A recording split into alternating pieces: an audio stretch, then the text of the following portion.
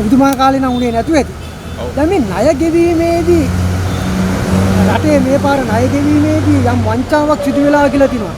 ඇත්තටම මොකද්ද ඔබතුමා හිතන්නේ මේ වගේ දේවල් සිදු වෙන්නේ ඇයි? ඉතින් මේවා ඉතින් ඇත්තටම අපිට මාධ්‍ය තුල තමයි දකින්න සිද්ධ වෙන්නේ. ඒ පිළිබඳව හරි හැටි තොරතුරු අපිට පොත්පත් වලින් ලේඛන වලින් අපිට ගන්න පුළුවන්කම ලැබෙන්නේ නැහැනේ.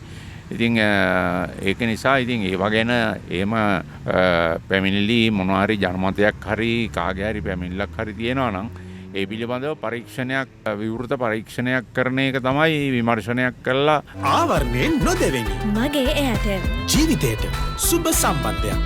එහෙම දෙයක් වෙලා තිබෙනවා නම් එහෙම වැරද්දක් යම් කිසි තැනක එක පැත්තකින් නිවැරදි කිරීම අනික වැරද්දක් කළා නම් ඒ වැරද්ද කරපු කෙනාට දඬුවම් දීම තමයි කළ යුතු වෙන්නේ. දැන් ඔබගේ සාමාන්‍ය දැනීම අනුව මෙතන වැරද්දක් වෙලා වගේ පේනවද? දැන් මේ දවස්වල ප්‍රවෘත්ති එහෙම බලන්න ඇතිනේ.